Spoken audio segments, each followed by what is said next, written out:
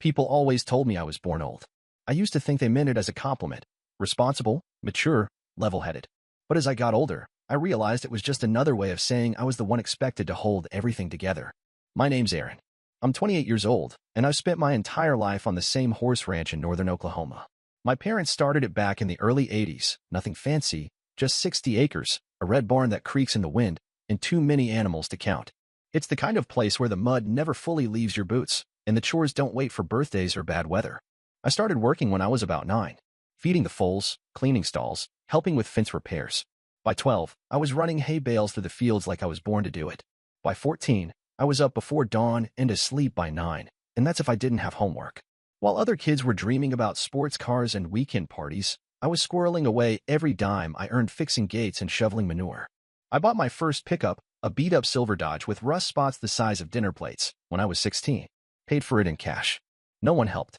Not my parents, not my uncle. Meanwhile, other kids in town were handed keys to shiny new trucks for their birthdays like it was nothing. When it came time for college, I didn't ask for help. I went to an agricultural program down in Stillwater. Worked nights at a feed supply store and weekends baling hay for neighbors. Paid my tuition, my books, my rent, every cent. No one offered, and I didn't ask. I just did what needed to be done. After graduation, I came home. My dad said he was tired of the books and asked if I could help manage the finances.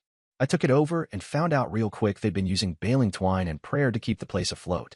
Property taxes behind, equipment rusting out, barn roof leaking, and they were still talking about taking a real vacation for the first time in years. Guess who paid for all of it? That was the pattern. The tractor broke? I covered it. Roof needed patching? I called the guy. Taxes overdue? I wrote the check. And not once, not a single time, did they say thank you. It was just assumed. Like it was my duty. Like I owed them something. They didn't say I was generous. They said I was reliable. Not thoughtful, dependable. Obligated, not appreciated. And the worst part was, I let them. My younger brother Zane didn't grow up on the same ranch I did. I mean, he did, same house, same land, same chores, but it never stuck to him the way it stuck to me. Dirt never clung to his boots. Responsibility slid right off him like rain off a slicker. Zane's 3 years younger, but you wouldn't know it by the way our parents treated him. He was always the baby, even when he turned 25 and was still living at home, working part-time at the local co-op and blowing every paycheck before the ink dried. He had charm, I'll give him that. The kind that makes people laugh at his stories even when they're not funny. The kind that makes you forget, for a little while, how unreliable he really is. While I was out fixing fence lines and managing invoices, Zane was dragging the family truck through the rodeo circuit, trying to make a name for himself as a bull rider. He'd come back every couple weeks with busted ribs or a sprained wrist, usually with a new tattoo and an empty bank account. One time, he brought home a girl he met in Amarillo. She stayed 2 days, stole Mom's necklace, and vanished. He dropped out of trade school twice, first electrical, then welding. Said he was too creative for it. Crashed 3 different farm trucks, each time with a different excuse. A deer, a ditch, a slick patch that no one else ever saw. Somehow, it was never his fault. And every time, Mom would shake her head and say, Zane's just trying to find his path. His path, apparently, required me to pay off his credit card debt twice. Once when he maxed it out on rodeo entry fees, another time when he bought a 4-wheeler he couldn't afford. I didn't even find out about it until the collections letters started coming to the ranch. Dad handed them to me like they were mine to handle. And I did. Of course I did. I told myself it was temporary. That he'd grow up. That sooner or later he'd step up and carry his share. But he didn't. Meanwhile, I was the one handling the tax filings, talking to the bank, sorting through invoices. I was the one out there checking water lines during a freeze, feeding cattle in the sleet, pulling overtime at the cattle auction just to keep things level. And what did Zane do? He flirted, gambled, partied. And our parents? They never asked him to grow up. They just asked me to cover for him. Again and again and again. Because Zane wasn't expected to be responsible. He was just expected to be loved. I met Clara at the Kiwanis fundraiser in town, the one they hold every summer with barbecued brisket, raffles, and too much sun. I was pouring lemonade behind one of the tables when she walked up with a tray of dog biscuits shaped like little bones. Said she was raising money for the county vet clinic's spay and neuter fund. Her name tag read Clara, Vet Tech, and her smile hit me harder than a mule kick. We started talking between the booths. She had this way of looking at you like no one else was around. Said she'd just moved into the area to work under a traveling vet, doing house calls and barn visits. Told me she loved horses, didn't mind cow pies, and thought ranch life sounded romantic. By fall, we were seeing each other every week. Dinners in town, long walks down the old dirt roads near the west pasture, late-night talks in my truck until the windows fogged over. She was smart and kind and ambitious, said she wanted to go back to school to get certified fully, maybe even become a vet one day. I told her I'd help however I could. A year later, she moved into the ranch house. Took the guest room at first, but it didn't stay a guest room for long. I paid her tuition when she enrolled in an online vet tech program, picked up her books, even drove her to and from town on the weekends when she needed to borrow the Wi-Fi at the library. I didn't mind. It felt good to support someone who had goals. Someone who made me feel seen. I even bought her a pair of navy blue coveralls, nice ones, so she'd look sharp at the state veterinary conference. She wore them with a pair of new boots I picked out myself. I paid for those, too. She kissed me hard that night, told me she'd never been with someone who believed in her the way I did. When I proposed, it was under the big oak tree out back, the one that still had the tire swing from when Zane and I were kids. She cried. Said yes before I even finished the sentence. I swear, I could see the whole future stretch out in front of me. I'd build her a barn office someday, help her open her own practice maybe. I'd already started saving. I didn't notice it at first, the way Zane and Clara laughed a little too easily when they were together. The inside jokes. The light elbow nudges. The way she always seemed to know when he was pulling into the driveway. I brushed it off. Zane was charming. He flirted with everyone. Clara just liked people, I told myself. She was outgoing, that's all. Still, every now and then I'd catch them whispering in the kitchen when I came in from the fields. They'd both smile like nothing happened. And every time, I'd force myself to smile back. Because I was sure I had everything I'd ever wanted. Turns out, I was wrong. After Clara and I got engaged, I started thinking seriously about building something permanent. Not just emotionally, financially. I picked up side work helping run a cattle auction over in Payne County. Long hours, good pay. Every extra dollar went into a savings account I named our future. That's what I called it when I showed her the ledger. She smiled, kissed me, said I was the kind of man women prayed for. By the end of that summer, I was clocking 60-hour weeks, sometimes more. Auction work all weekend, ranch work all week, and still handling the books at night. I was tired, but it felt worth it. I wanted to buy land, build a house, give Clara the life she said she'd never had. And for a while, she seemed just as excited. Talked about paint swatches, porch swings, where we'd keep the dogs. But around the time Zane moved back into the bunkhouse, things shifted. It started small. She began dressing nicer around the house, not for me, though. Tight jeans, new tops, makeup on at 9 in the morning when all she had scheduled was paperwork. I asked once, joking, "You got a hot date with a horse today?" She laughed and said, "Just trying to look presentable. In case company drops by." Company meaning Zane, apparently. He started showing up more, just wandering into the kitchen, grabbing a beer like he lived there again. She always lit up when he walked in. Tossed her hair, touched his arm when she laughed. I'd find the two of them on the porch after dark, whispering about rodeo gossip or dumb YouTube videos. When I came out, she'd go quiet. He never did. I didn't say anything at first. I didn't want to be that guy. Jealous. Controlling. Clara wasn't like that. She loved me. She told me so every night. Right? Then I started noticing other things. Her phone was always angled away when she was on it. The passcode changed. I'd ask who she was texting, and she'd shrug, just Cassie from class, or group chat for the vet tech thing. One night she claimed she was going to the movies with some girls from school, came home 4 hours later smelling like beer and barbecue. The joint account we set up started dipping lower than it should have. I found charges for dinners I hadn't eaten, gas stations out near Tulsa where she didn't have class. When I asked about it, she said she just grabbed food on the way back from studying. "You work too hard to cook," she said sweetly. "Don't worry about it." And I didn't. I wanted to trust her. I told myself she was just busy, just stressed. I pushed the doubt down and poured myself into work. That's what I'd always done. When something felt shaky, I worked harder, made more, built something stronger. But somewhere in the back of my mind, a voice was starting to whisper, "Something's not right." It was a Tuesday night in late April, and I had wrapped up early at the auction house.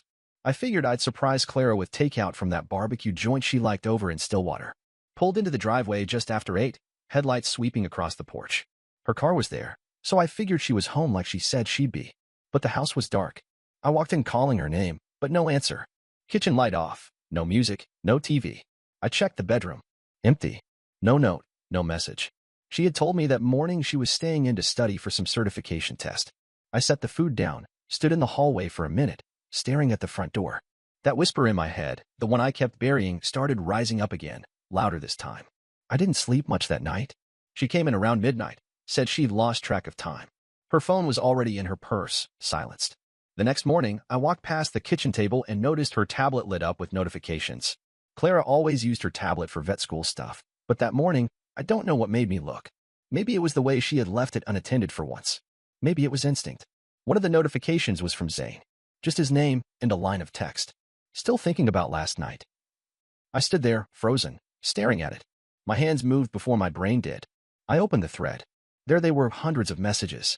Scrolling back weeks, months. Jokes, secrets, dirty jokes. Pictures, flirty nicknames. Talk of weekends away. Whole conversations while I had been out breaking my back to fund their damn fantasy life. Then I found the photo folder. Screenshots of hotel bookings. Dinner receipts. Bar selfies with the date stamped when I knew I was working double shifts. A bill from a cabin rental out by Keystone Lake. Paid for with a joint account. They had used my money. My accounts. My ranch. I couldn't feel my legs for a second. It was like the floor dropped out from under me. I clicked through photos until I hit one of the two of them, Zane in his stupid rodeo jacket, Clara in the blue dress I bought her for that fundraiser, sitting on his lap in some bar, her head tucked into his neck. I sat there for a while, just staring at that image, trying to figure out how I had missed it, how deep the betrayal went. Then came the worst part. Messages between Clara and my parents. My mother, we've always known you two had something. He'll come around eventually. My father, Aaron Strong. He'll survive this. You and Zane belong together. Clara, he's gonna be crushed. I feel awful. Mom again. Better to rip the Band-Aid off now than waste more time. They knew. They knew. My own family sat back and watched this happen, maybe even nudged it along. I don't remember much about that night after that. I know I went out to the barn and sat in the hayloft for a while. Just sat there, staring out the open door while the sky turned orange and the birds got quiet. I didn't cry. Not then. I think I was too hollow to cry. But something broke clean inside me. Not just the trust. Not just the relationship. Something bigger. Something permanent. I didn't yell. I didn't scream. I didn't throw her tablet across the room like part of me wanted to. Instead, I got up the next morning like it was any other day. Drank my coffee. Fed the horses. Went through emails.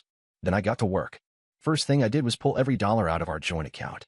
Transferred it into a private savings account with a brand new login she didn't know. Then I called the venue. Canceled. Called the florist, the caterer, the hotel in Branson where we had booked the honeymoon suite, all canceled. I used my name, my card. I had paid for all of it. Every deposit, every bill. I canceled the custom invitations we never sent out. The suit fittings. The bridal salon appointment she had scheduled for her final alterations. All of it, gone in a couple hours. I didn't say a word. When Clara woke up, I was already gone. Left the house at 6 like always. Rode out to the pasture with the dogs and didn't come back until the sun was high. By the time I returned, her phone was blowing up with notifications, emails, missed calls, payment failures. She was pacing the living room barefoot in her robe, panic starting to slip into her voice. Aaron, she called out as I walked through the door. Did you cancel the florist? My inbox is going crazy. I set my keys on the hook, took off my boots. Aaron, I walked past her into the kitchen, grabbed a cold bottle of water, and leaned against the counter. She followed me, her voice shaky. What's going on? The hotel's saying we don't have a reservation anymore. What's happening? I pulled her tablet from the drawer. The one I'd left exactly where I found it. Opened it. Scrolled to the messages. Handed it to her. She stared at the screen. Mouth open. Eyes wide. Then she looked up at me like she was about to speak, explain, lie, beg, but I beat her to it. I know everything, I said flatly. You and Zane. The trips. The money. The messages. My parents. Her face crumpled, voice barely a whisper. Aaron, No, I said. You don't talk. You listen. Her lips parted, but no sound came out. I tossed the bottle into the trash, grabbed my coat, and walked out the door. No yelling. No theatrics. Just the quiet truth between us now, thick as smoke. She wasn't the only one who could tear things down without raising her voice.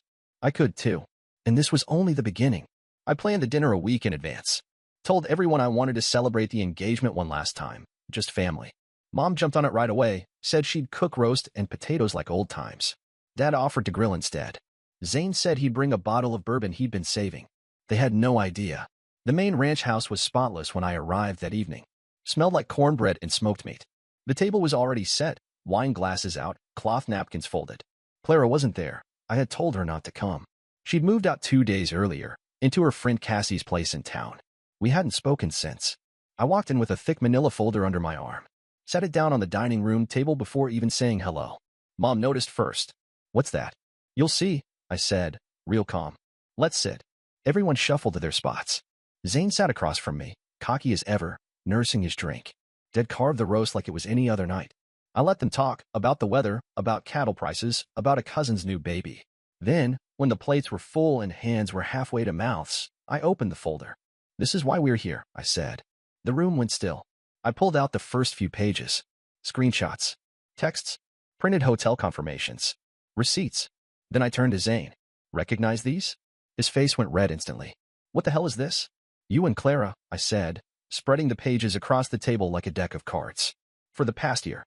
Weekend trips. Dinners on my tab. Backseat pictures taken in my truck." "Wait," Mom tried to interrupt. I held up a hand. "No. You're all gonna listen." I laid out every detail. The money I spent. The joint account withdrawals. The way Clara lit up when Zane walked in. The text between them.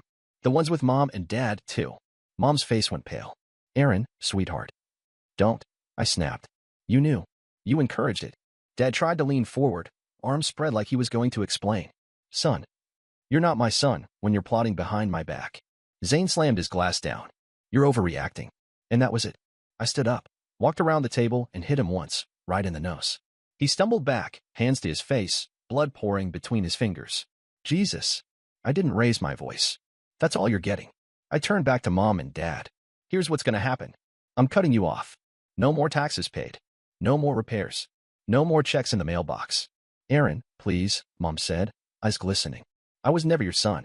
I was your wallet. That ends now." Dad opened his mouth again, but I was already walking to the door.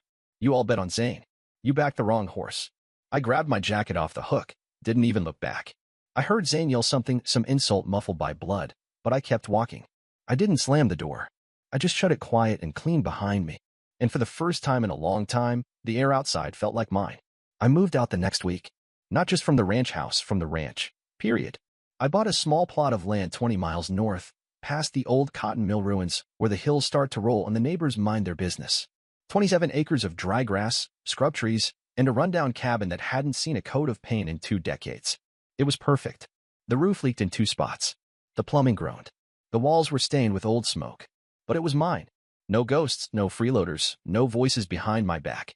I spent that summer tearing it down and building it back up. Learned to hang drywall from YouTube videos. Fixed the porch boards myself. Installed a wood stove in the living room and rewired every outlet. By the time October came around, I had a warm, quiet cabin that smelled like cedar and fresh coffee. I used what money I had left to invest in a small herd of Angus cattle. Bought new fencing, a stock trailer, a used but solid feed truck. No more patch jobs or borrowing tools from the main ranch. Every bolt, every bale, every piece of wire, mine. I even upgraded my gear. Got a new pair of Ariots, a custom saddle, and a high-end pair of binoculars I'd always told myself were too expensive. I stopped waiting to justify things. Started doing them because I wanted to. And I started feeling like myself again. Didn't take long before the locals noticed I was around more. Tom Grayson, a retired rodeo legend who taught half the county how to ride, invited me to train at his barn in the mornings. Said he liked my grit. I started showing up at 5, sweating through drills before the sun was up. Dropped 15 pounds, packed on muscle I hadn't seen since college. I wasn't chasing anyone's approval anymore. I wasn't the mule hauling someone else's load. I was just a man in his own skin on his own land. The best part? People started showing up, not the kind who needed something, but the kind who offered. Randy from the feed store helped me dig a new well line. Miss Gina brought over a fresh pie when she saw smoke coming from my chimney. Folks I hadn't heard from in years started calling, not because they wanted money, but because they heard I was doing well. I'd sit on my porch in the evenings with a beer in hand and the dogs at my feet, and for the first time in forever, I felt peace. Not the kind you beg for, the kind you earn. It was a cold morning in late January when Clara showed up at my cabin. I had just finished feeding the cows and was scraping mud off my boots on the porch when I saw the beat-up sedan crawling up the gravel drive. I didn't recognize it at first, too dented, too out of place. But when the door opened and she stepped out, I felt my stomach turn. She looked like a ghost. Hair unwashed, face pale, eyes swollen like she hadn't slept in days. Her coat was too thin for the weather, and the left heel of her boot was half detached. "Aaron," she called out softly, like it might change something. I didn't move. Just stood there, arms crossed, watching her walk up the steps like we hadn't shattered everything. I know I shouldn't be here," she started, voice shaking, but I didn't know where else to go. I raised an eyebrow. "Try Zane's place." She flinched like I'd slapped her. "He's gone," she said, eyes dropping to the floorboards. "He left. Took the money we had and ran off with some girl from Amarillo." I blinked. "Huh. Your parents won't talk to me," she added quickly. "They said I was part of the problem." Now that made me laugh. Funny how loyalty works when the gravy train dries up.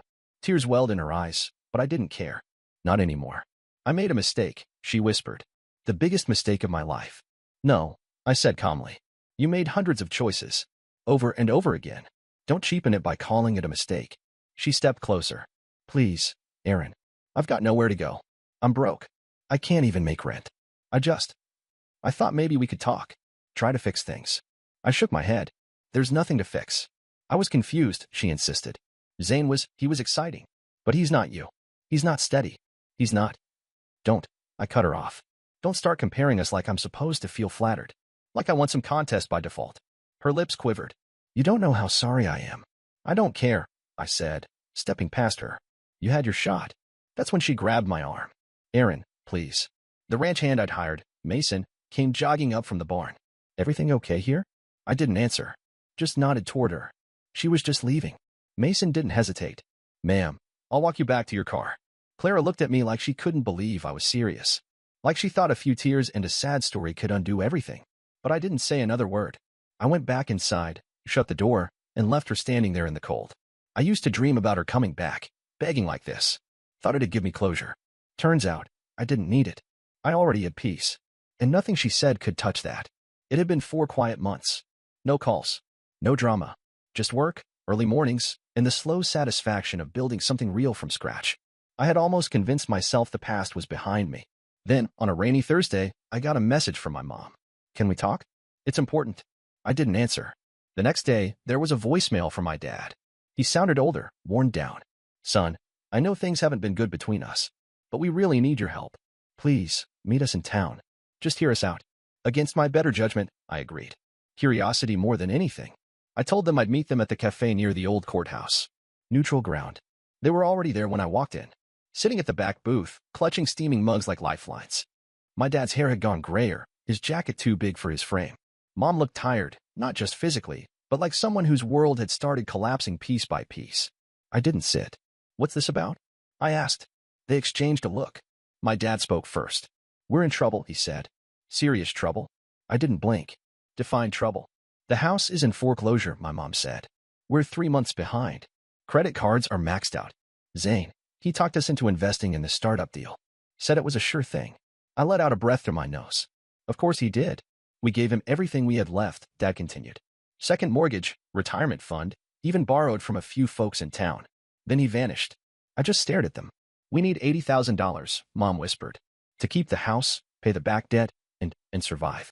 They looked at me like I was the last life preserver in a sinking ocean. You want me to fix the mess Zane made? I asked. You're the only one who can, Dad said. And why would I do that? I said quietly. Because we're your parents, my mom said, her voice rising with desperation. Because we raised you. I pulled out my wallet. Slid a 20 across the table. Lunch is on me, I said. That's all you're getting. My mom stared at the bill like it was poison. You can't be serious. I leaned on the edge of their booth. You remember that night, at Claire's engagement dinner?